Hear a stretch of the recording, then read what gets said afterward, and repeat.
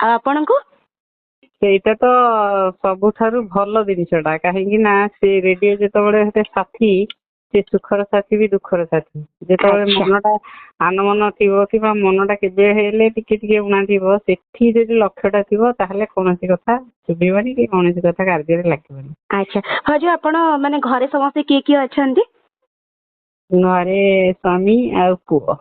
ଆଚ୍ଛା ସ୍ୱାମୀ ପୁଅ ଗୋଟେ ମାନେ ହାପି ଫ୍ୟାମିଲି ନାଇଁ? ଆଜ୍ଞା। ଆଚ୍ଛା ମାନେ ଘରେ ଆପଣ ରେଡିଓ ସେଟ୍ ମାନେ ରେଡିଓ ଶୁଣନ୍ତି ତ? ହଁ ହଁ ଆଚ୍ଛା ସବୁବେଳେ। ରେଡିଓ କୋଉଥିରେ ଶୁଣନ୍ତି? ରେଡିଓ ସେଟ୍ ରେ ଶୁଣନ୍ତି ନା କେମିତି ଆପ୍ ରେ ଶୁଣନ୍ତି? ନାଇଁ ନାଇଁ ରେଡିଓରେ। ରେଡିଓରେ ଶୁଣନ୍ତି। ରେଡିଓ କେବେଠାରୁ ଶୁଣିବା ଆରମ୍ଭ କରିଛନ୍ତି ଆପଣ?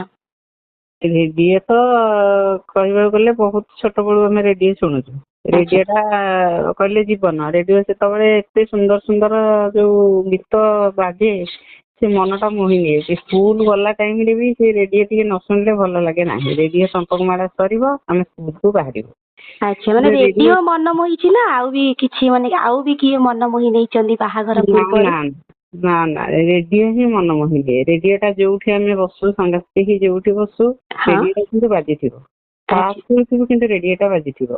ଆଉ ଆଚ୍ଛା ସେତେବେଳେ ବିଶେଷ ଖୁଦୁରୁକୁଣୀ ନାଟକ ଦିଏ। ସେତେବେଳେ ଯୋଉ ବିଭିନ୍ନ ପ୍ରକାର ବହୁତ ଜିନିଷ ଶୁଣିବା ପାଇଁ ବହୁତ ଭଲ ଲାଗେ ସେତେବେଳେ।